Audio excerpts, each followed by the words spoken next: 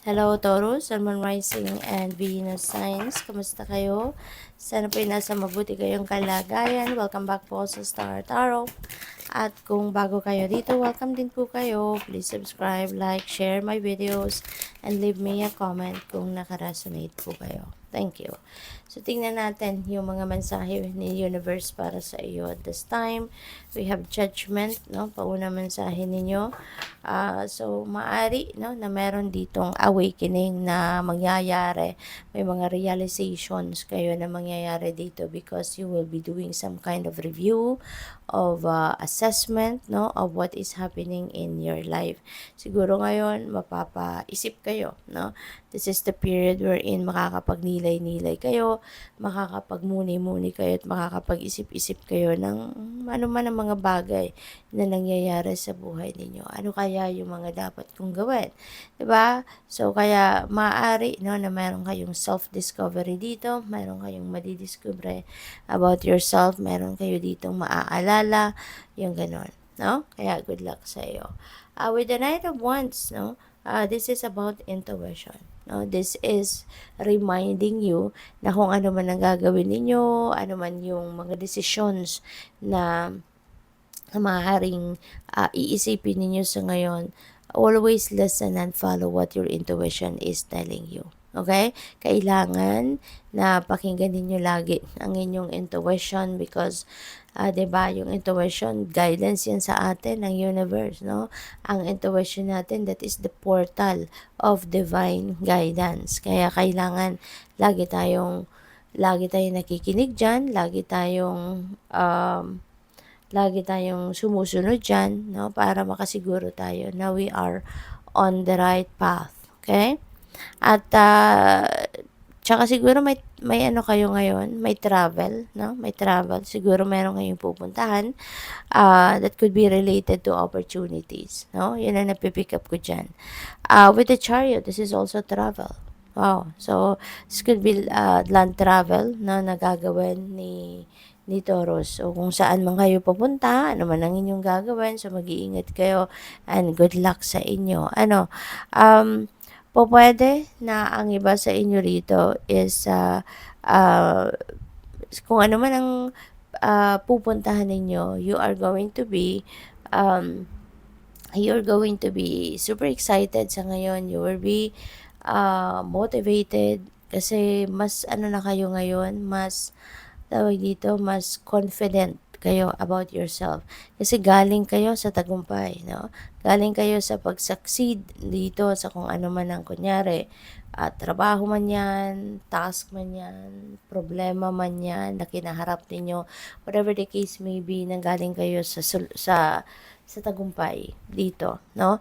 Kaya ngayon, mas confident ka, mas motivated ka, mas excited ka sa kung ano pa yung mga susunod mo na mga nagagawin, ano man yung mga next projects mo, or ano pa man ang mga kakaharapin mong mga challenges sa buhay. Parang hindi na to mahirap para sa'yo. Kasi nanggaling ka doon sa isang mahirap din na sitwasyon and you manage to survive. You manage to surpass that. You manage to successfully overcome kung ano man ang mga yon. Kaya sa ngayon, papunta ka na sa pag-progress, papunta ka na sa pag-drive, papunta ka na sa growth, no? Kasi marami ka nang natutunan no? So, good luck sa'yo. So, tingnan natin kung ano pa yung mensahe para sa'yo.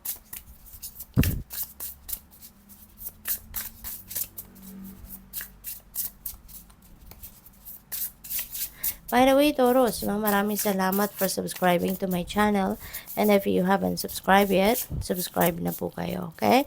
And there is a join button sa baba ng video. So, if you would like to join the membership, no, yun lang po ang i-click ninyo.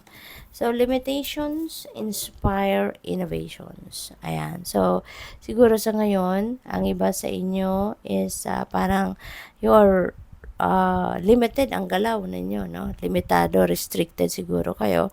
Pero, despite that restrictions, yung talagang creativity ninyo, hindi yan matetenga, hindi matatawaran. Kasi, kahit restricted kayo, kahit limitado yung galaw ninyo, yung pwede ninyong gawin, but still, nakakapag-isip pa rin kayo ng kung ano yung mga bagay na nagiging productive pa rin kayo, I mean, yung gano'n, no? At ngayon, nakakapag-isip pa rin kayo ng mga innovations, meron pa rin kayo mga naiisip ng mga creative stuff, kaya magaling talaga kayo.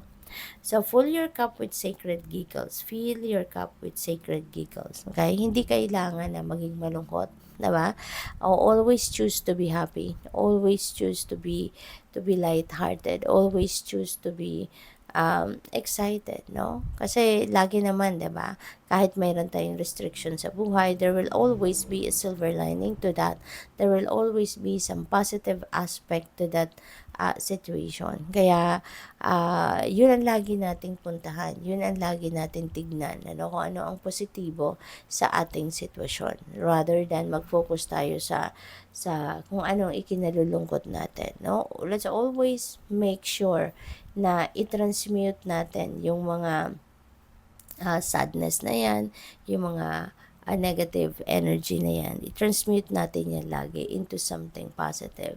Lagi lang tayong ngumiti, lagi lang tayong maging excited, 'di ba? Sa buhay. Para yung vibration natin laging mataas kasi kapag yung vibration natin is high, no? Yung vibrational frequency natin laging nasa taas siya, mas magiging mas magiging positibo yung takbo ng buhay natin kasi we will be attracting positive stuff, positive situations, positive things, and even positive people. Okay? So, cut the cords of doubt. Ayan. So, siguro meron kayong mga pagdududa, sa plano ninyo, sa gagawin ninyo, or even sa kakayanin ninyo, sa capabilities ninyo. So, putulin mo na yung doubts na yan. Kasi, when you are doubting yourself or when you are doubting your plans, your ideas, so, syempre, mapipigilan ka na mag-take action. Mapipigilan ka na mag-progress kasi, syempre, may isip mo na, ay, teka lang, parang hindi ako sigurado rito, yung gano'n. So, putulin mo na huwag ka nang magduda kasi anyway, alam mo yan naiisip mo yan. So, alam mo na yan, 'di ba?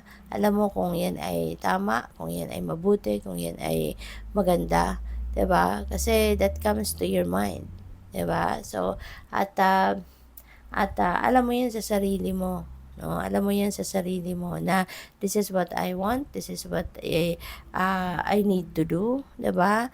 Kaya nga iniinyayahan kayo dito na makinig kayo lagi sa iyong intuition para magabayan kayo ng universe at hindi kayo magduda. Okay? Good luck po. Thank you for watching Love and Light. Namaste.